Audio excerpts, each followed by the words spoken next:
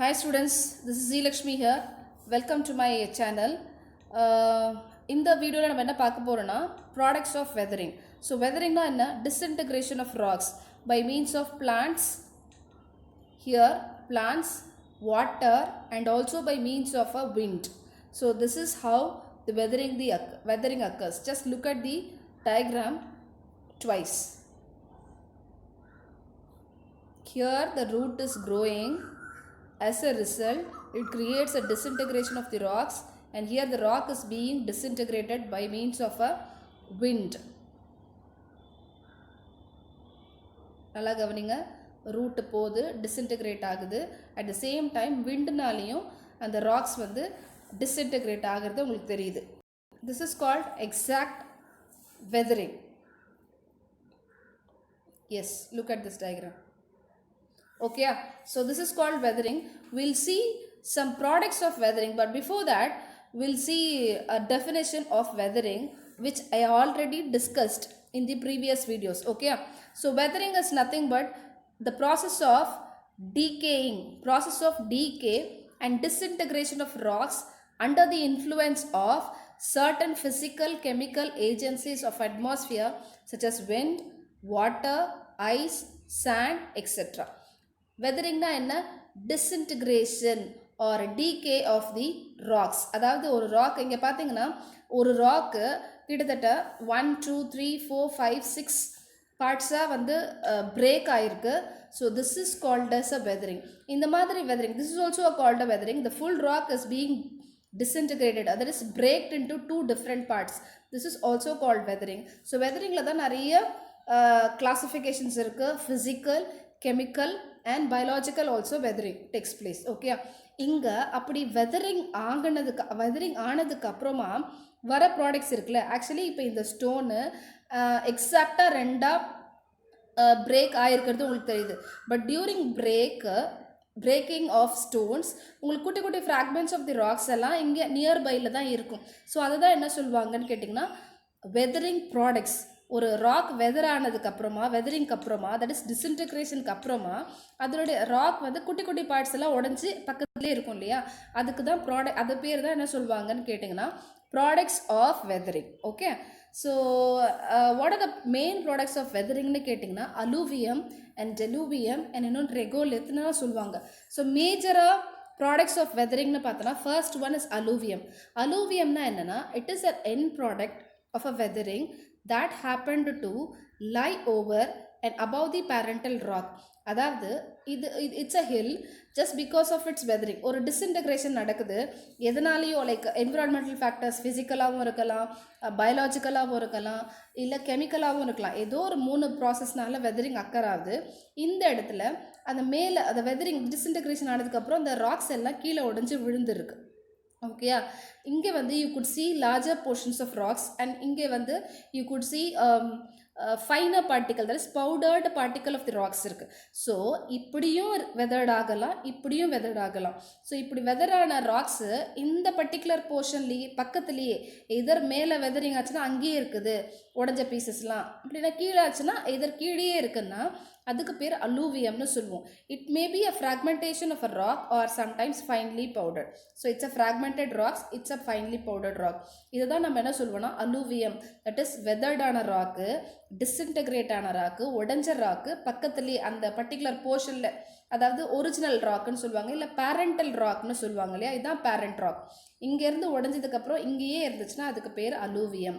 Next we use to call the next type of rock is nothing but this product of weathering is deluvium. நான் முன்னாடியே சொன்னல, முன்னாடி கேசஸில் அந்த parent ராக்குக்கு பக்கத்துலே இதர் டாப்பில் இல்லைனா பாட்டமில் இருந்துச்சுன்னா அதுக்கு பேர் அலூவியம்னு சொல்கிறோம். டெலூவியம் அப்படின்னா என்னன்னு கேட்டிங்கன்னா, சே ஃபார் எக்ஸாம்பிள் இந்த பர்டிகுலர் போர்ஷனில் நிறைய ராக் இருக்குது, just because of its rainfall or else by means of a wind, ரெண்டு ஏஜென்சினால் இல்லை or by means of a chemical ஏஜென்சினால் வெதரிங் அக்கர் ஆச்சுன்னா, இப்போது சே ஃபார் எக்ஸாம்பிள் இங்கே ரெயின் வருது, ஃபுல் போர்ஷனுக்கு ரெயின் வருது, ரெயின்ஃபால்னால என்ன ஆகும், அதில் இருக்கிற ராக்ஸ் எல்லாம் இங்கே வந்துருமா, this is called river.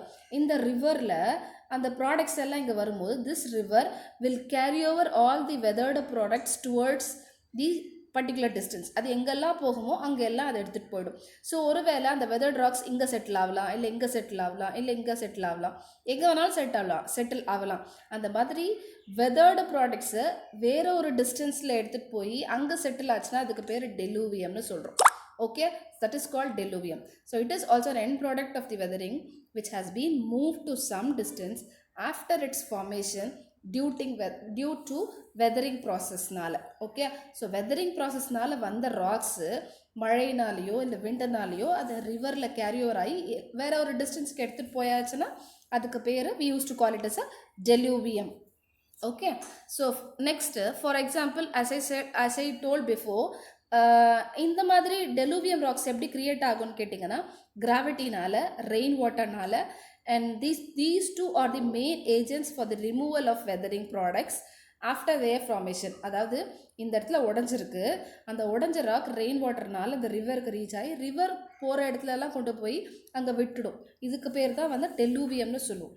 The next is thing, ரெகோலித்னு நான் ஏற்கனவே சொன்னேன் இல்லையா, that is also a portion of a weathered rock.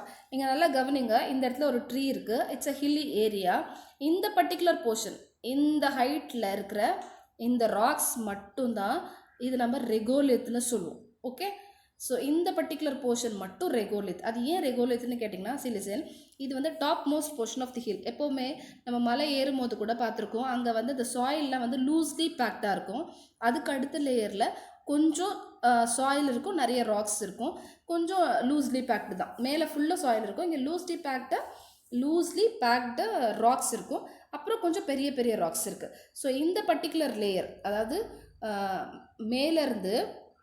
மேலே லேயர்லேருந்து எங்கே வந்து பெட் ராக் இருக்கும், பெட் ராக்னா என்னது, டைட்லி பேக்டு ராக்குக்கு மேலே உள்ள பர்டிகுலர் லேயர், அதாவது இந்த லேயர் எக்ஸாக்டாக சொல்லணும்னா இந்த லேயர் தான் நம்ம என்ன சொல்கிறோன்னா ரெகோலித்னு சொல்கிறோம். Okay, the material between fresh bed rock and the ground surface including weathered bed rock deposits and soil.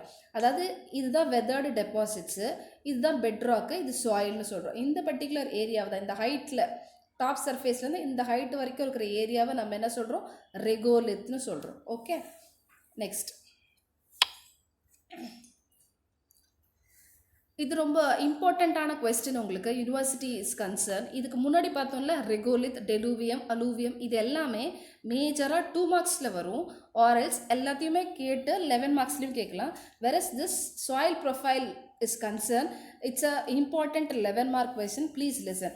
இது நம்ம ஆல்ரெடி நம்ம பார்த்துருப்போம். இது ஜஸ்ட் லைக் தட் நம்மளோட கிரவுண்ட் லேயர் தான், அதாவது நம்ம கிரவுண்ட் லெவல்லேருந்து கீழே பெட் ராக் வரைக்கும், இதுக்கு கீழே தான் வாட்டர் டேபிள் லெவல் இருக்கும். ஸோ நம்ம யூஸ்வலாக நம்ம ஏர்த்தோட லேயர்ஸ், இது எக்ஸாக்டாக பிக்கு ஏர்த்தோட லேயர்ஸ், இந்த இடத்துல செடி இருக்குது, அதுக்கு மேலே டிஃப்ரெண்ட் லேயர்ஸ் இருக்குது. Okay, entire soil profile is divided into 4 different லேயர்ஸாக டிவைட் பண்ணியிருக்காங்கம்மா. That is A, B, C and the bottommost layer is nothing but bedrockனு சொல்லுவோம். That is it consist only of rocks மட்டும்தான். இந்த மொத்த வெயிட்டுமே இதில் கம்ப்ரெஸ் ஆனதுனால இது வந்து டைட்லி பேக்டாக இருக்கும். Okay, as I set the layer has been divided into 4 different zones ன்னு சொன்னேன் இல்லையா.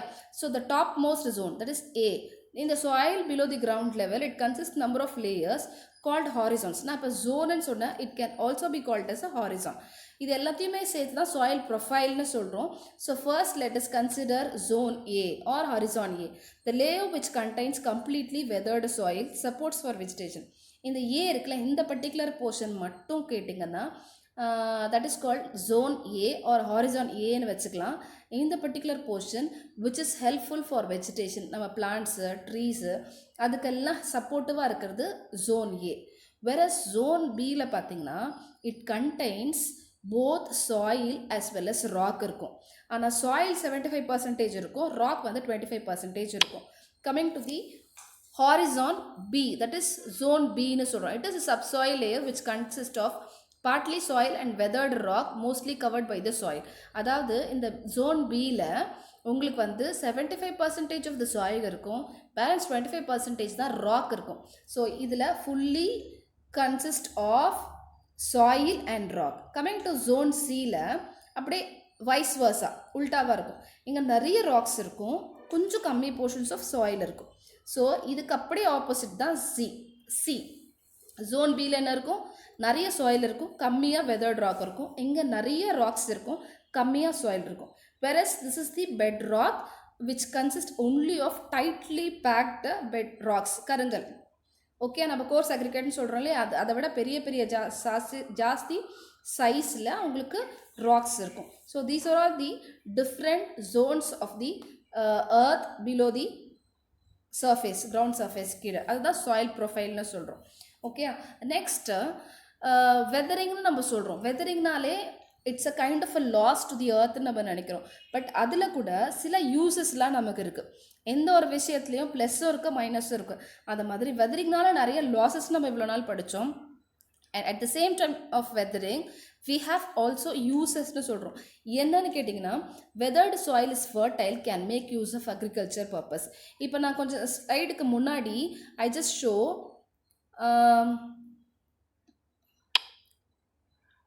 உங்களுக்கு அந்த லைக் பேரண்ட் ராக்லேருந்து கீழே விழுந்த சாயிலெல்லாம் அலூவியம் சொன்னேன் இல்லையா.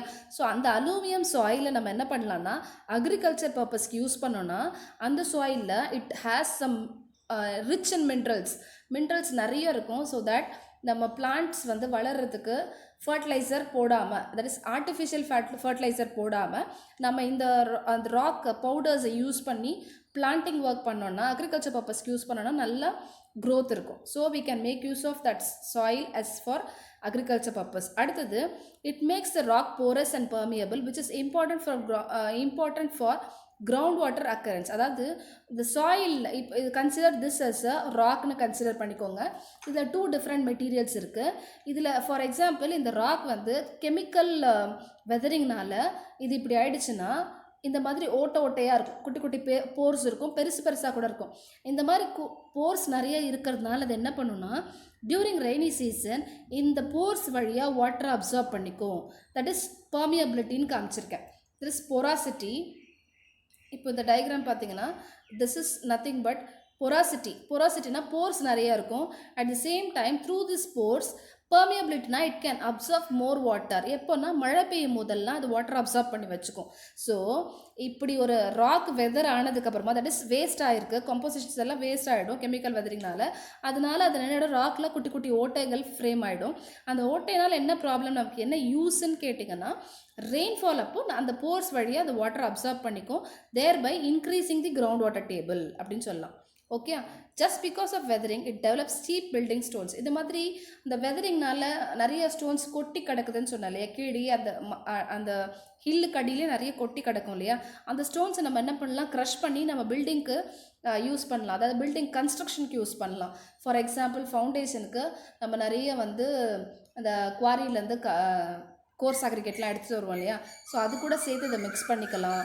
ஆர்எல்ஸ் நம்ம ரோடு லே பண்ணுறதுக்கு அந்த மாதிரி ஸ்டோன்ஸ் எல்லாம் ரீயூஸ் பண்ணிக்கலாம். ஸோ இப்போ நிறைய நம்ம ரீயூஸ் பண்ண ஆரம்பிச்சிட்டோம் இல்லையா, அதே ப்ராசஸில் நம்ம அதையும் சேர்த்து ரீயூஸ் பண்ண ஆரம்பிக்கலாம். ரீயூஸும் பண்ணுறாங்க. Okay, economic mineral deposits like bauxites form due to weathering. அப்படின்னா என்னென்னா, bauxite is also a mineral just because of formed வெதரிங்கனால ஒரு கிரியேட் ஆன மினரல் தாம்மா பாக்சைட்டு. ஓகே, ஸோ எப்படி வந்துச்சுன்னு கேட்டிங்கன்னா, ஒரு it's a huge rock which consist of aluminium rich plutonic ராக்னு சொல்லுவாங்க, இக்னிஷியஸ் ராக்னும் இருக்குது நிறையா. ஸோ அந்த ஹியூஜ் ராக்கு வெதரிங்னால வந்தது தான் இந்த பாக்சைட். ஓகே, பாக்சைட்டுங்கிற mineral just because of weathering of aluminium rich plutonic rock or else igneous ராக்னு சொல்லலாம். ஸோ இந்த மாதிரி we have got a very good gift, that is bauxite. That is a rock or mineral which is a fragmentation of the parental rock nu solvanga. Okay, so these are all the importance of the weathering. So next நம்ம வீடியோஸில் actually நம்ம landslides எல்லாம் discuss பண்ணணும். And types of earthquake, how it is occurring in the earthquakes, அது எல்லாமே discuss பண்ணலாம். Okay, so thank you so much for attending this class. If you like this, please do like, share and subscribe. Okay, thank you so much.